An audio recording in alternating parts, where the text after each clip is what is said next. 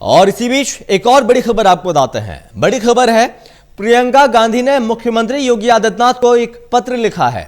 प्रियंका ने कहा युवा बहुत हताश हैं, परेशान हैं और पत्र में लिखा है कि बेरोजगार युवा कोर्ट कचहरी का चक्कर लगाने को मजबूर हैं।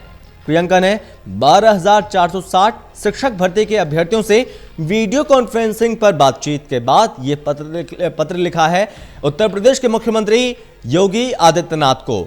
और यहां पर मानवीय संवेदनाओं को देखते हुए युवाओं के रोजगार के हक का सम्मान करना चाहिए, ये बात कही। और इसी के साथ कहा कि 24 जनपद के अभ्यर्थियों की तत्काल नियुक्ति करें, क्योंकि यूपी में भी यहां पर बेरोजगारी लगातार बढ़ती जा रही है। जो युवा हैं वो सड़कों पर उतर रहे हैं।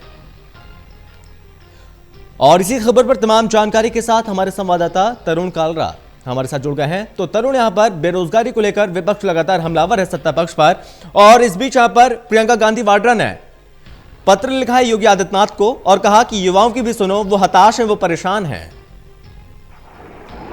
देखिए, कुछ दिनों पहले एक कैंपेन शुरू किया गया था कांग्रेस पार्टी की तरफ से 9 बजे 9 मिनट का, जिसके अंदर युवा अपनी बात रख सकते थे। और सबसे ज्यादा वो ट्रेंड हुआ था उस वक्त, और उससे देश का मिजाज समझ में आया था कि इस समय देश रोजगार मांग रहा है, इस समय नौकरियां मांग रहा है।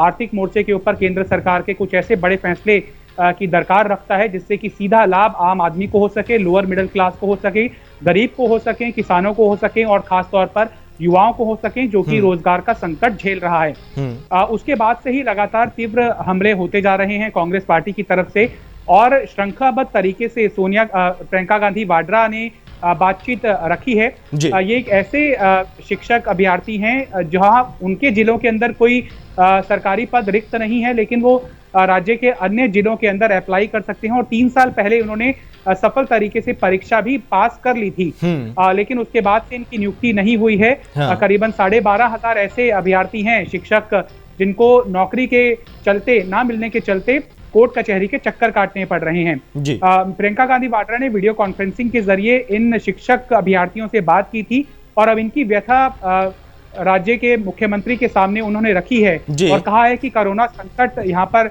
गहराया हुआ है। नौकरी ना होने के कारण, आर्थिक संकट होने के कारण अनाज तक बाय करने के लिए इनके पास पैसा नहीं है, लिहाजा सरकार को इनके संकट की ओर ध्यान देना चाहिए।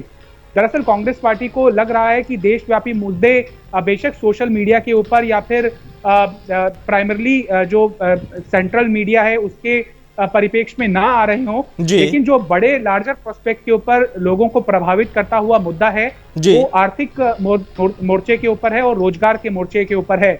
और अगर इसको भुना लिया जाए तो एक बड़े प्रोस्पेक्ट के ऊपर वोट बैंक को साधा जा सकता है, जिसका फायदा कांग्रेस पार्टी को 2022 के विधानसभा चुनाव के अंदर मिल सकता है। और अगर उत्तर प्रदेश की अगर आप पॉलिटिक्स को समझें तो जब से कोरोना संकट उपजा है तब से समाजवादी पार्टी और बीएसपी, जो कि वहां पर मुख्य सत्तारूढ़ दल रहे हैं पिछले कुछ सालों से, वो पूरी तरह से नदारद दिखाई दे रहे हैं।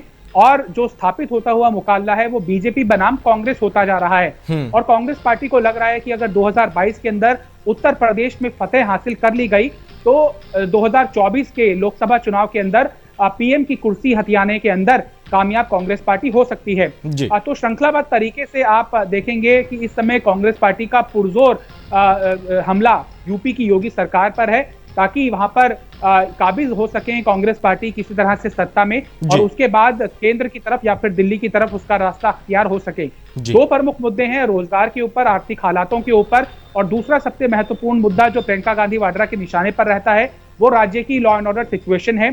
कोई ऐसा दिन नहीं जाता जबकि आपराधिक घटनाएं सुर्खियां ना बनती हों उत्तर प्रदेश की। ये दावा, ये आरोप प्रियंका गांधी वाड्रा की तरफ से आए दिन लगाया जाता रहा है यूपी की योगी सरकार के खिलाफ। अब देखना होगा कि कितनी सफल होती है प्रियंका गांधी वाड्रा नब्ज पहचानने में वहां के लोगों की। निश्चित तौर पर कह सकते हैं कि तरुण, अभी चुनाव दूर है, लेकिन यहाँ पर इस बीच यहाँ पर चुनावी मुद्दों की कमी नहीं है। बहुत शुक्रिया आपका तमाम जानकारी के लिए।